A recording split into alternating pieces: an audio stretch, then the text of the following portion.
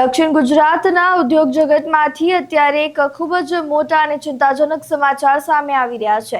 સુરતના હજીરા વિસ્તારમાં આવેલી આર્સેલર મિત્તલ નિપ્પોન સ્ટીલ પ્લાન્ટમાં આજે વહેલી સવારથી જ રણ મેદાન જેવી સ્થિતિ સર્જાઈ છે।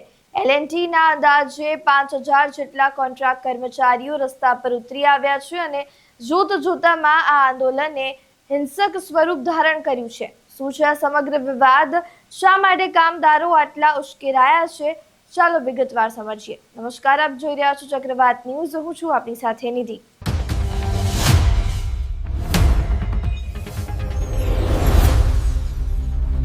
સુરતમાં એલએનટીના કર્મચારીઓ રસ્તા પર ઉતરીને આંદોલન કરી રહ્યા છે, ત્યારે પહેલા તો કામદારોની માંગ શું છે તે સમજીએ તો કામદારોનો આક્ષેપ છે કે તેમની પાસે 12 કલાક કામ કરાવવામાં આવે છે અને પગાર માત્ર 600 થી 700 રૂપિયા જ આપવામાં આવે છે।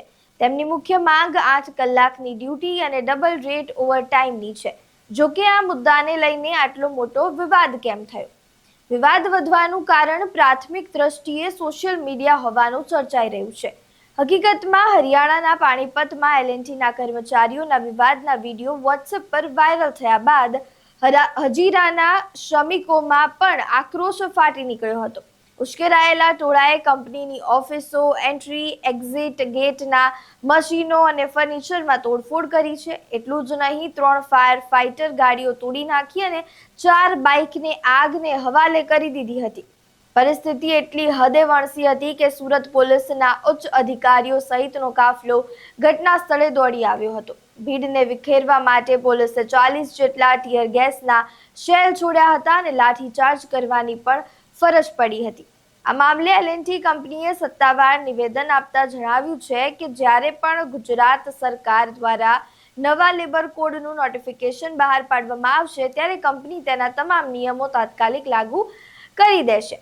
બીજી તરફ પોલીસે અત્યાર સુધીમાં 25 થી વધુ તોફાની તત્વોની અટકાયત કરી છે અને કડક એફઆઈઆર નોંધવાની તજવીજ હાથ ધરી છે। હાલમાં આ પ્લાન્ટમાં ચુસ્ત પોલીસ બંદોબસ્ત છે, પરંતુ ડરના માર્યા હજારો શ્રમિકો પ્લાન્ટ છોડીને પગપાળા પોતાના વતન કે રહેઠાણ તરફ નીકળી ગયા છે, જેના કારણે હવે હજીરાના રસ્તાઓ પર માણસોની લાંબી કતારો જોવા મળી રહી છે। ત્યારે શું કામદારોનું શોષણ આ હિંસાનું કારણ છે કે પછી અફવાઓએ આ આગમાં ઘી હોમવાનું કામ કર્યું છે? આ અંગે તમારું શું માનવું છે તે અમને કમેન્ટ બોક્સમાં જરૂરથી જણાવજો। નમસ્કાર।